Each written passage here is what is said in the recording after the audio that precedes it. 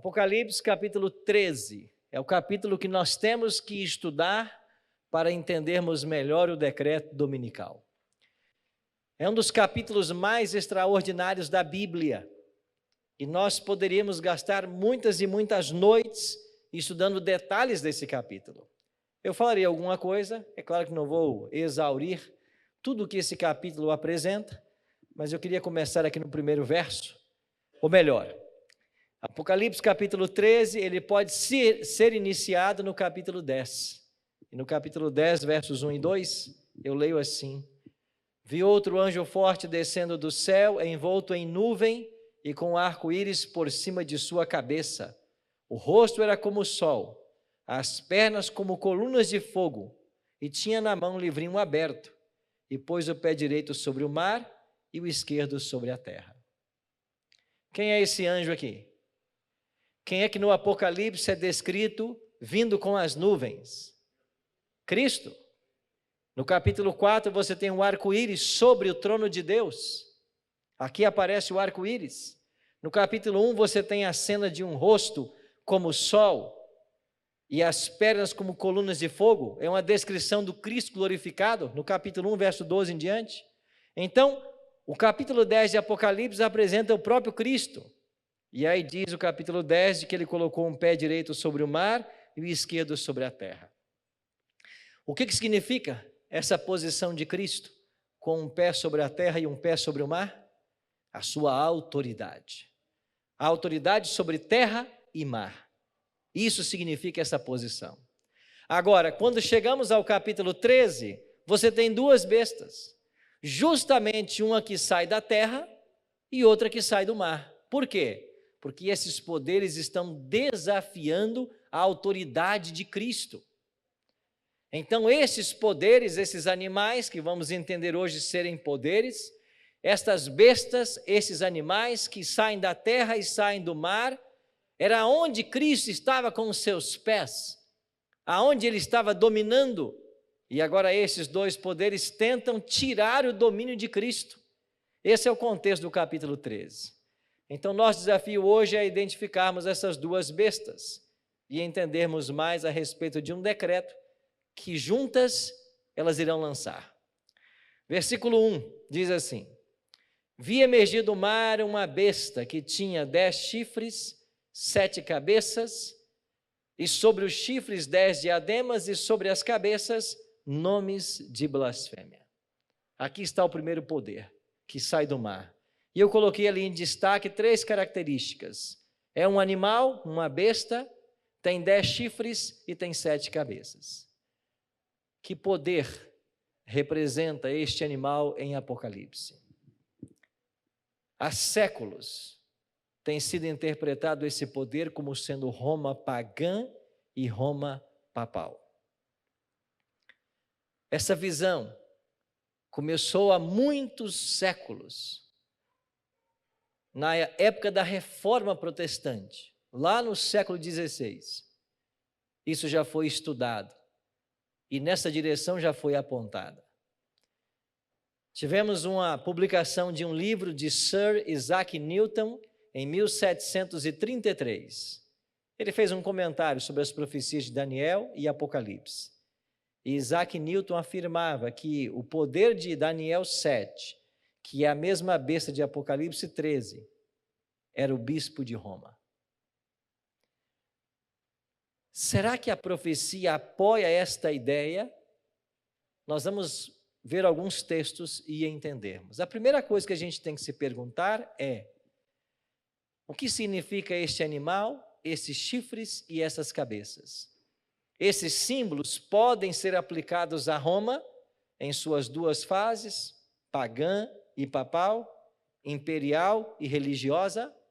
Como isso se aplica na história? Vamos começar então com a besta. Em Daniel capítulo 7, verso 3, o profeta viu 4 animais grandes e diferentes uns dos outros subirem do mar. E a partir do versículo 4, Daniel começa a fazer uma descrição de como eram esses animais. E ele afirma que esses animais eram um leão alado, um urso com 3 costelas na boca, um leopardo com 4 cabeças e 4 asas, e um animal que ele chamou de terrível e espantoso. Então Daniel viu no capítulo 7 4 animais. E depois o anjo diz para ele no verso 17, esses grandes animais que são 4 reis que se levantarão da terra. Então, quando estudamos profecia, animal ou besta, significa então reis ou reino. Agora, e os 10 chifres desse poder que sai do mar? Apocalipse 17:12 diz, os 10 chifres que viste são 10 reis, os quais ainda não receberam reino, mas recebem autoridade como reis com a besta durante 1 hora. Então, os 10 chifres, diz o Apocalipse 17, representam então 10 reis. Falta apenas um símbolo. Não está passando para mim aqui, por gentileza. Como nós podemos entender na história esses 10 chifres desse primeiro animal que sai do mar? Se são 10 reis ou reinos, como Roma se adequa a essa profecia? É simples. Quando você olha para a história, o único poder que não foi subjugado por outro, mas foi minado em suas bases, foi Roma imperial. Veja, o primeiro império a dominar o mundo foi o Egito. Depois veio a Assíria. A Assíria venceu o Egito. Depois a Babilônia vence a Assíria. Depois a Medo-Pérsia vence a Babilônia. Depois a Grécia vence a Medo-Pérsia. Depois Roma vence a Grécia. Mas quem venceu Roma? Não houve um império que vencesse Roma. Roma foi minada em suas bases. Acontece que a partir do ano 352 da nossa era cristã, tribos bárbaras começaram a migrar para a Itália e começaram a ameaçar o poderio de Roma. E dos anos 352, segundo o historiador Edward Gibbon, até o ano 530, para ser exato, 538, nós tivemos então a ascensão dessas tribos. E isso levou à queda do Império Romano, no ano 476 da nossa era. E você vai se lembrar que Rômulo Augusto foi o último imperador de Roma. Quando cai o império, quem sobra? Sobram as tribos bárbaras. Isaac Newton aplica essa profecia também às tribos bárbaras.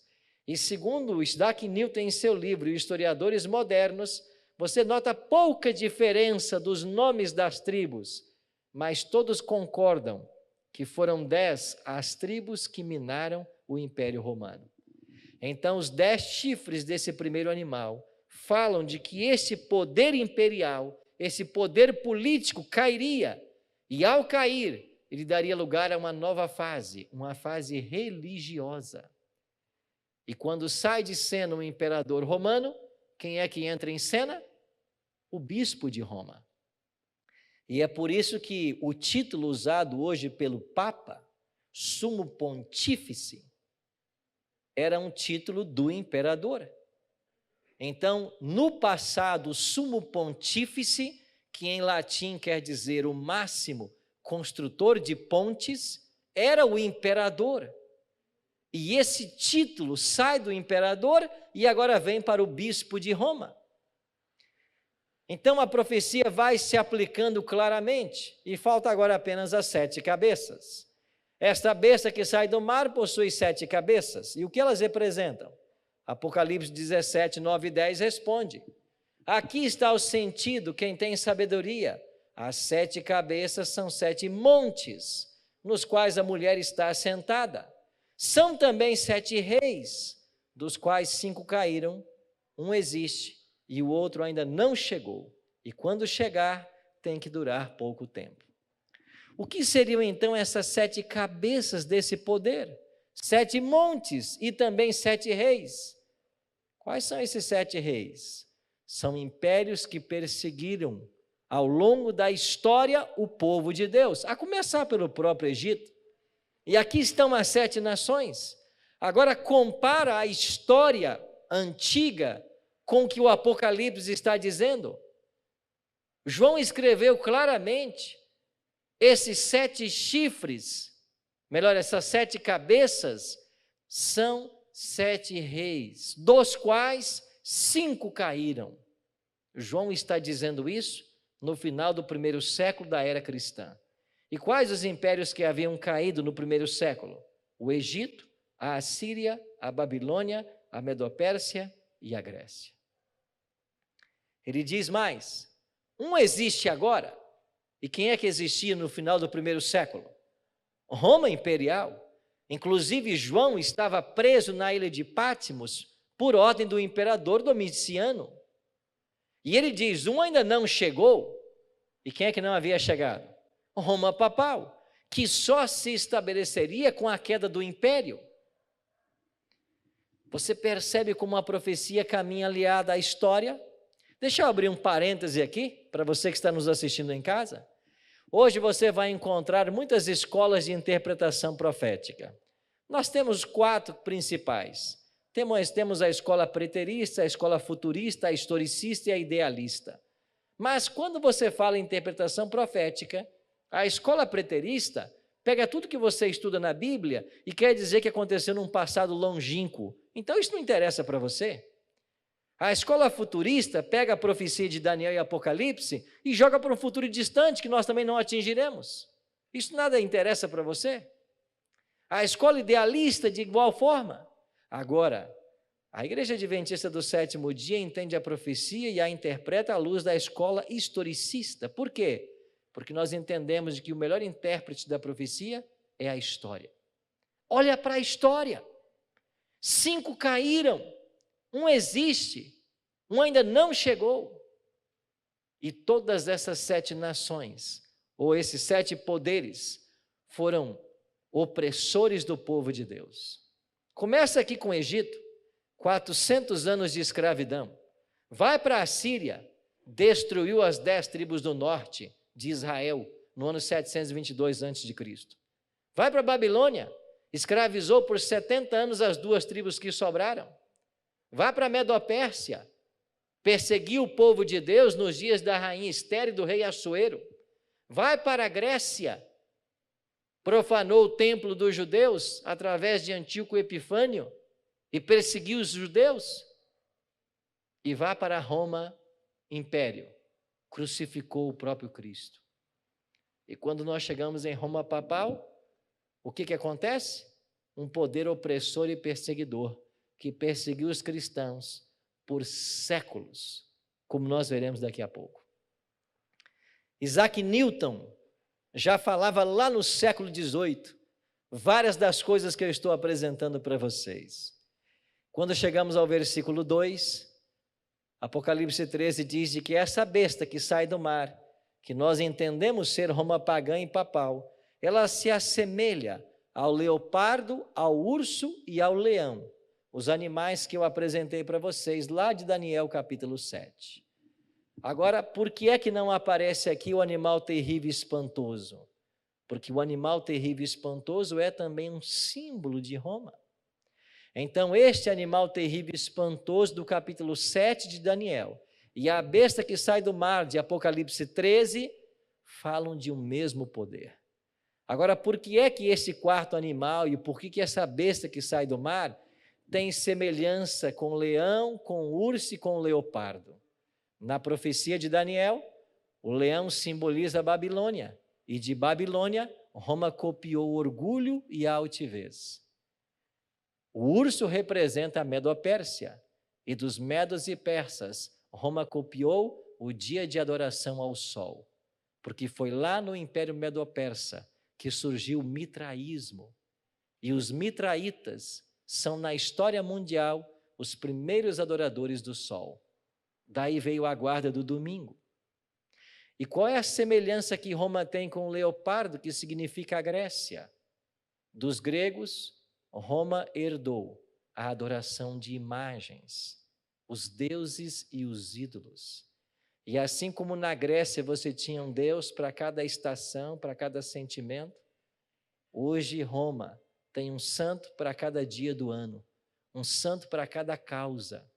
Isso é uma cópia dos gregos. É por isso que esse poder se assemelha ao leão, ao urso e ao leopardo. Mas a profecia não para por aí. O versículo 5 diz que ela recebeu uma boca para proferir arrogâncias e blasfêmias e ainda autoridade para agir 42 meses.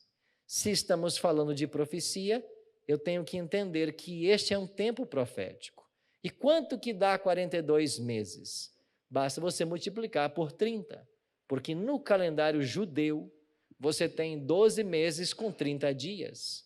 O ano possuía 360 dias.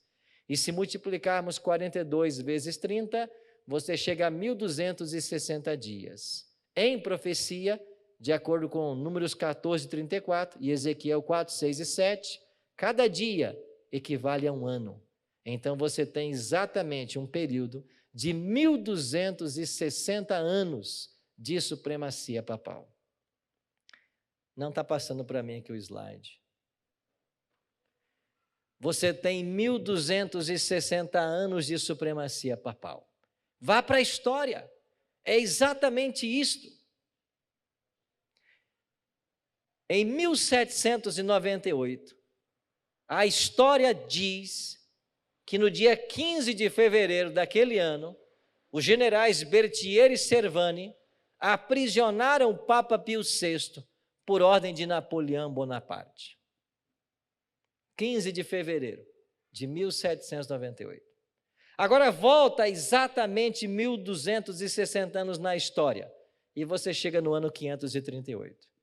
E o que aconteceu em fevereiro de 538 para marcar o início dessa supremacia?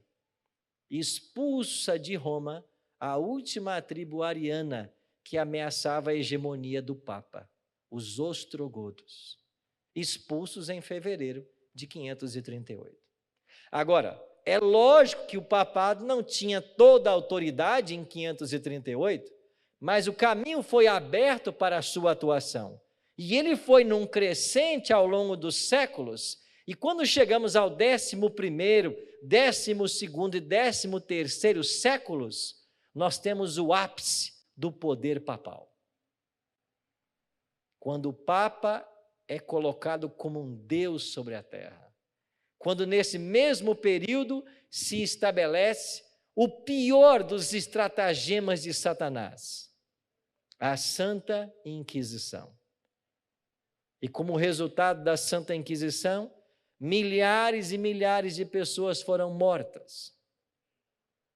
Se um dia você for à Alemanha, visite ali Constança. E você tem ali exatamente um local onde foram queimados, no intervalo de um ano, John Hus e Jerônimo de Praga. Milhares foram mortos. Estude a história dos valdenses, do Piemont e do Vale do Agrongona. Eu estive visitando a casa dos valdenses, norte da Itália, sul da França. Um povo pacífico, que cultivava cada pedacinho de terra que tinha para tirar o sustento. As hordas de Roma chegavam ali, a mando do papado, e ceifavam a vida de todos quantos podiam. Por quê? Porque os valdenses amavam a Bíblia e não se submetiam ao bispo de Roma. Volte um pouquinho mais, ou melhor, avance um pouquinho mais na história, e nós chegamos ao século XVI, no grande movimento da Reforma Protestante, e aí você tem um monge agostiniano que abalou os alicerces de Roma, Martinho Lutero. Lutero começou a estudar a Bíblia, que encontrou acorrentada dentro de um mosteiro. E quando ele descobriu as verdades que a Bíblia ensinava, ele confrontou fortemente com a igreja, especialmente a igreja quando vendia salvação, as indulgências.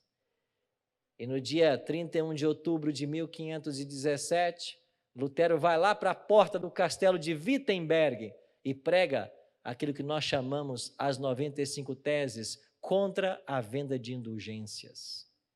E este foi o marco inicial de um grande movimento. E sabe o que fez Roma com Lutero? Primeiro, o excomungou e depois o perseguiu. E se você for para os anais da história e estudar lá o concílio ou a dieta de Worms, você vai descobrir que ele foi convocado ali para dar justificativa pelo que ele estava ensinando contra a igreja. E os amigos de Lutero até disseram: Lutero, não vá, eles vão matar você. E sabe qual foi a resposta do reformador? Ainda que daqui para Worms tenha tantos demônios nas estradas quanto telhas nas casas, lá eu estarei e ficarei de pé pela verdade. E ele foi. Ele ficou de pé pela verdade. E ele só não foi morto, porque Frederico, o sábio da Saxônia, que gostava de Lutero e entendia que ele estava com a verdade, mandou que Lutero fosse sequestrado.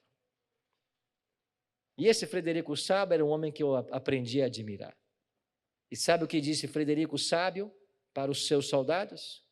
Sequestrem Lutero e o escondam num local onde eu não saiba, porque se me prenderem, se descobrirem e me torturarem, eu não poderei entregá-lo. E sabe para onde levaram Lutero?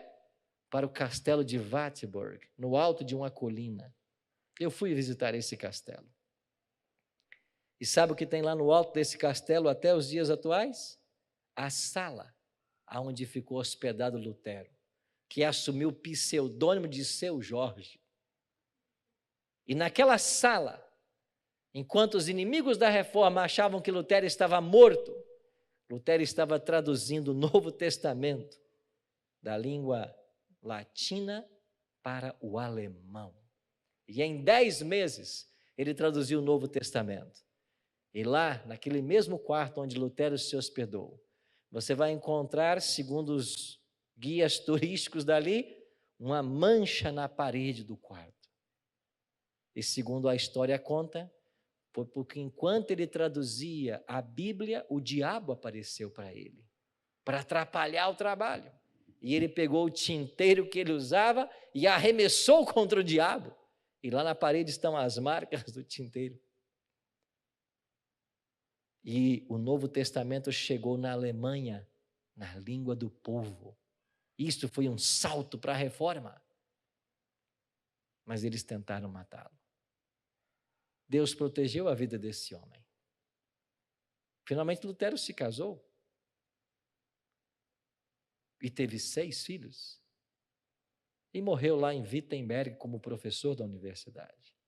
Catharine van Bora foi a amada de Lutero. Deus preservando a vida dos seus fiéis. Mas muitos morreram. Muitos pagaram com sangue o preço da sua fidelidade. Em Apocalipse 13:3, continua a profecia. Eu vi uma de suas cabeças como golpeada de morte, mas a ferida mortal foi o quê? Curada. Então veja, este poder sofreria uma ferida mortal que seria curada. Quando se cumpre a profecia da ferida mortal? É muito simples, na prisão do Pio VI. Então, quando o Papa Pio VI é preso em 1798, ali está a ferida mortal. Mas escute, você que está nos assistindo em casa, pela internet. A profecia diz que essa ferida seria curada. Lá em 15 de fevereiro de 1798, o Papa foi preso. Perdeu todo o seu poder e sua autoridade. Só que a profecia dizia que ele voltaria no cenário. E a terra inteira se maravilharia seguindo esse poder. Como nós podemos entender isso? Como isso seria curado? Apocalipse 13:8 diz que quando a ferida for curada, adorá-la-ão todos os que habitam sobre a terra, aqueles cujos nomes não foram escritos no livro da vida do Cordeiro, que foi morto desde a fundação do mundo.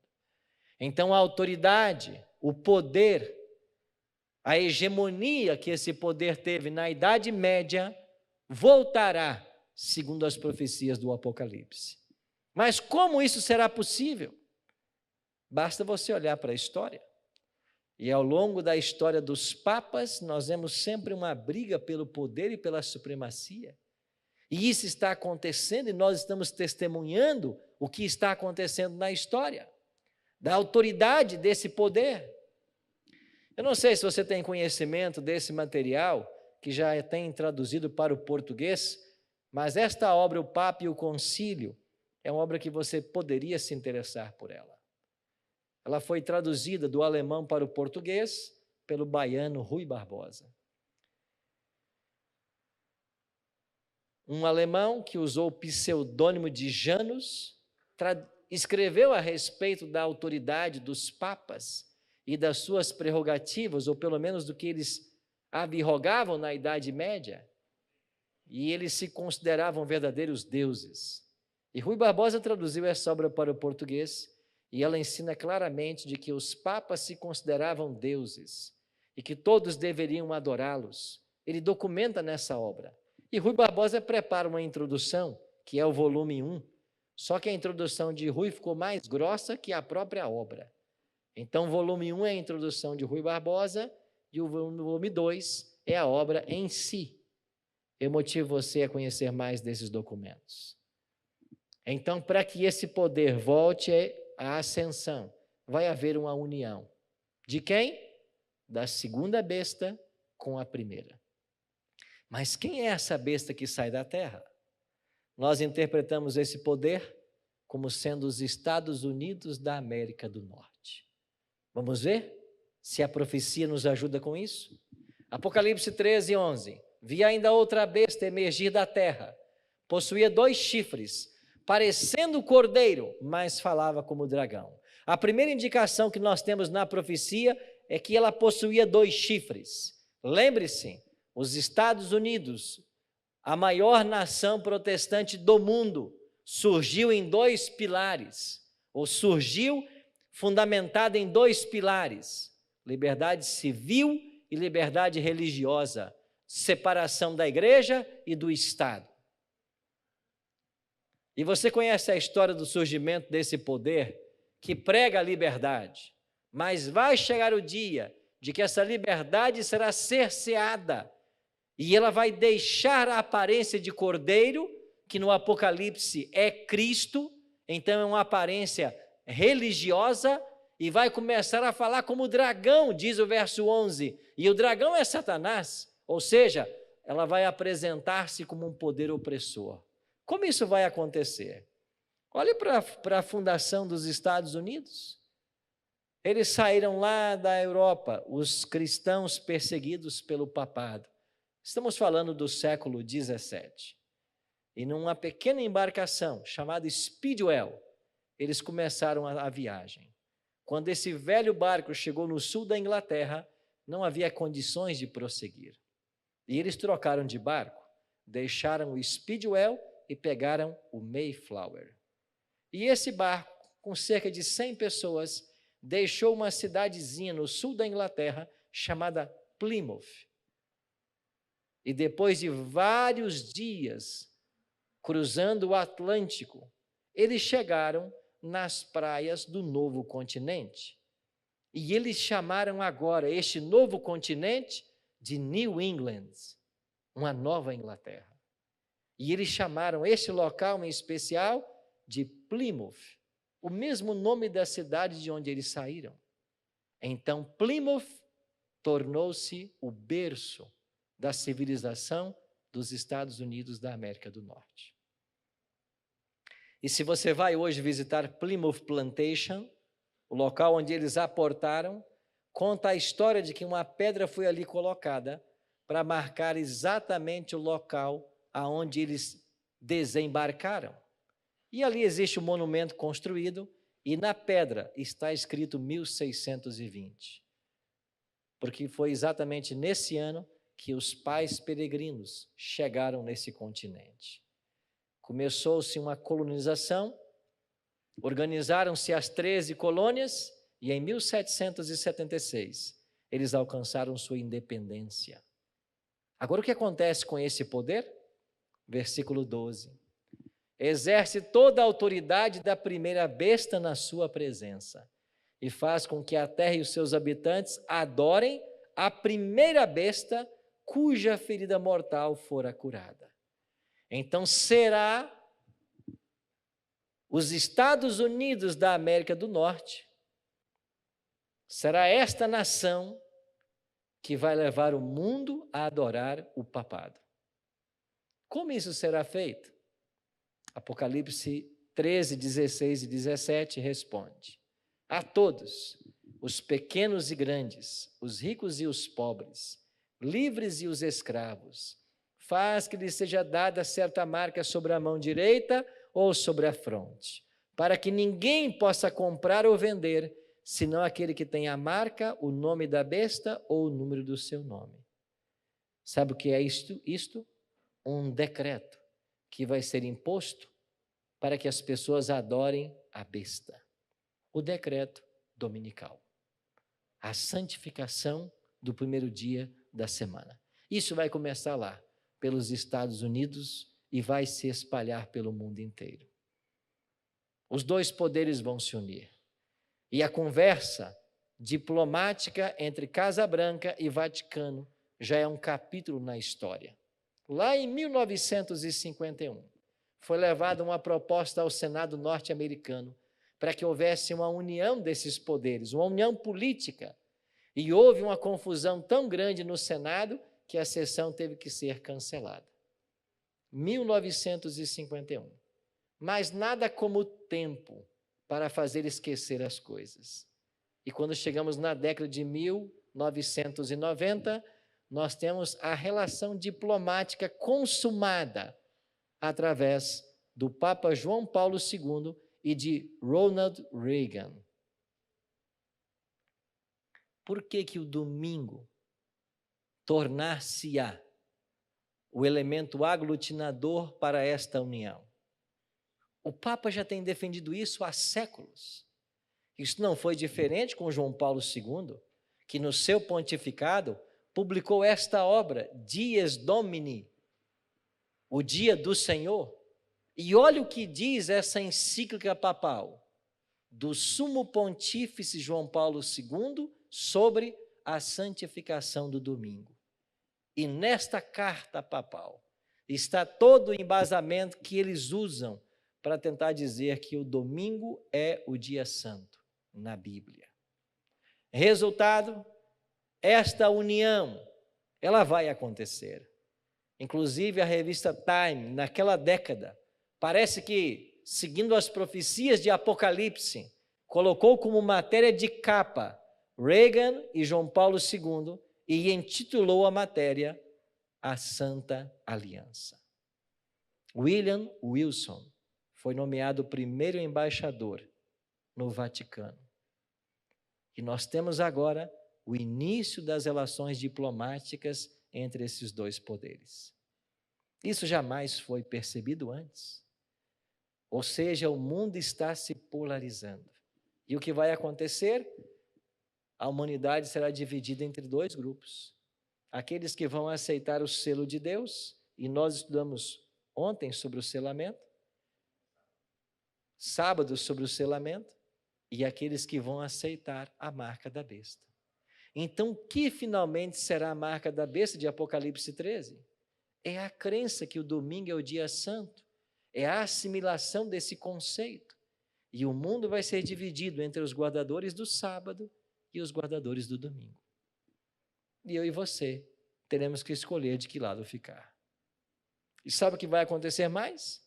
Olha o que fará esse poder ainda. E foi-lhe dado comunicar fôlego à imagem da besta, para que não só a imagem falasse, como ainda fizesse morrer quantos não adorassem a imagem da besta. Então, em Apocalipse 13, você tem dois decretos. O primeiro, não pode comprar e nem vender, senão quem submeter-se ao decreto dominical. E quem não se submeter, primeiro não pode comprar e nem vender, e finalmente será declarado réu de morte. É assim que o conflito vai chegar ao seu ápice. E esses poderes unidos, Irão perseguir ao remanescente fiel, identificado em Apocalipse 12, 17, como aqueles que guardam os mandamentos de Deus e têm o testemunho de Jesus. À luz de Apocalipse 13, o fim se aproxima. E cada vez mais nós veremos um apelo mundial a favor de um dia de guarda. Vez por outra, você ouve do atual Papa Francisco declarações sobre a importância do domingo para a família cristã. O desejo de fazer desse dia um dia único para descanso e adoração. Isso vai crescer cada vez mais. O movimento ecumênico está profetizado na Bíblia. Ele vai acontecer. E serão dois os elementos aglutinadores: a crença que o domingo é o dia santo e a crença que a alma é imortal. Essas duas pseudo-doutrinas levarão o cristianismo a uma união. E quando isso acontecer, uma homenagem será prestada ao originador do domingo, o poder papal. Você percebe para onde nós estamos caminhando na profecia bíblica? É por isso que eu afirmo para você com toda certeza: o fim está perto. À luz de Apocalipse 13, nós estamos ouvindo os passos de um Deus que se aproxima. Porque Cristo vai voltar. Para quê?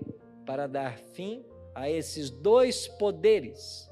E a única saída para todos nós é nos colocarmos hoje nas mãos de Cristo para fazer a vontade dele.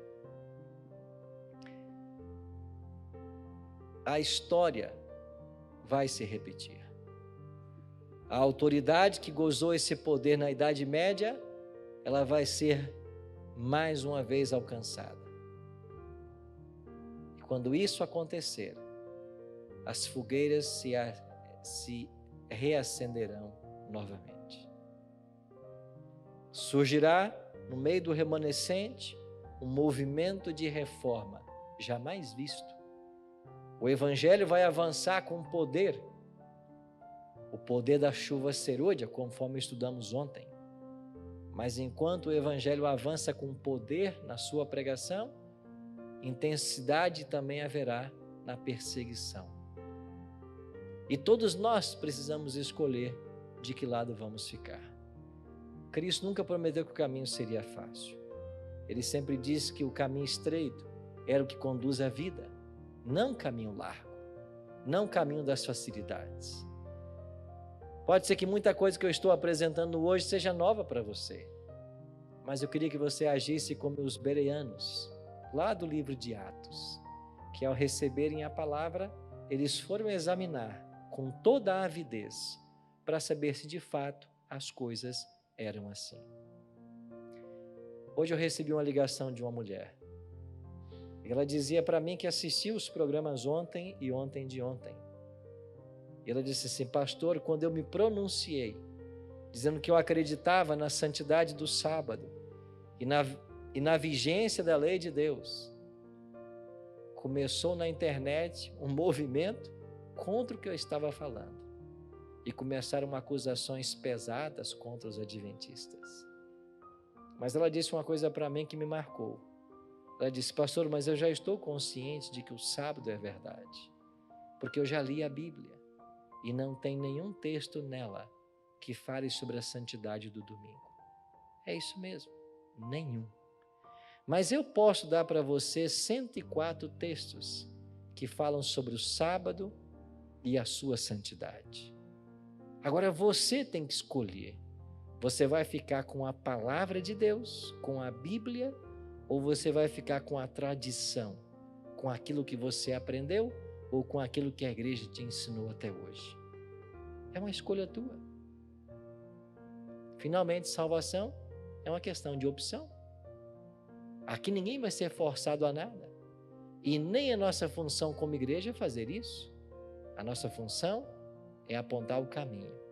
E quem quiser ir por ele, que vá. Por mais ternos que sejam os nossos laços, fraternos, esposo e esposa, pai e filho, filho e pai. Salvação é uma questão individual. Ninguém salva ninguém. Cada um que tem que buscar fazer a sua parte. Tem que buscar ter a sua experiência com Cristo. Porque salvação finalmente é individual. E nesse tempo do fim, muitos conscientes dessa verdade vão se posicionar ao lado de Jesus. Muitas decisões serão tomadas e milagres serão feitos. Eu e você precisamos fazer parte disso. Precisamos tomar uma posição e não nos submeter a esse poder que abroga o lugar de Deus e tenta usurpar o seu lugar. Em que momento nós estamos no cenário profético? Apocalipse 13 aponta que nós estamos a passos largos. E eu fico imaginando o dia em que nós vamos acessar a internet ou ligar os televisores e ouviremos dos noticiários uma notícia que tornar-se-á tão mundial quanto a Covid-19. E que notícia será esta? Saiu o decreto dominical. E o que vamos fazer? A quem seremos leais? Vamos orar?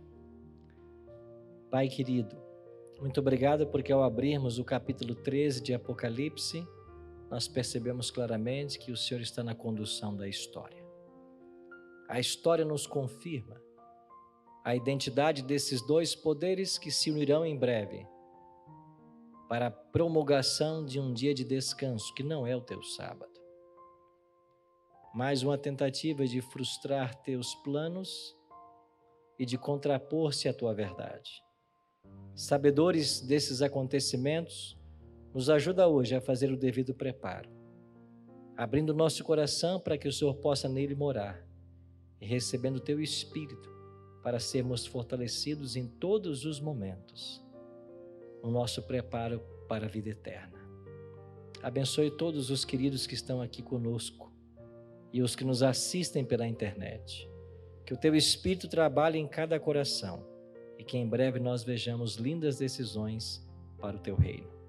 É a nossa oração. Em nome de Jesus. Amém.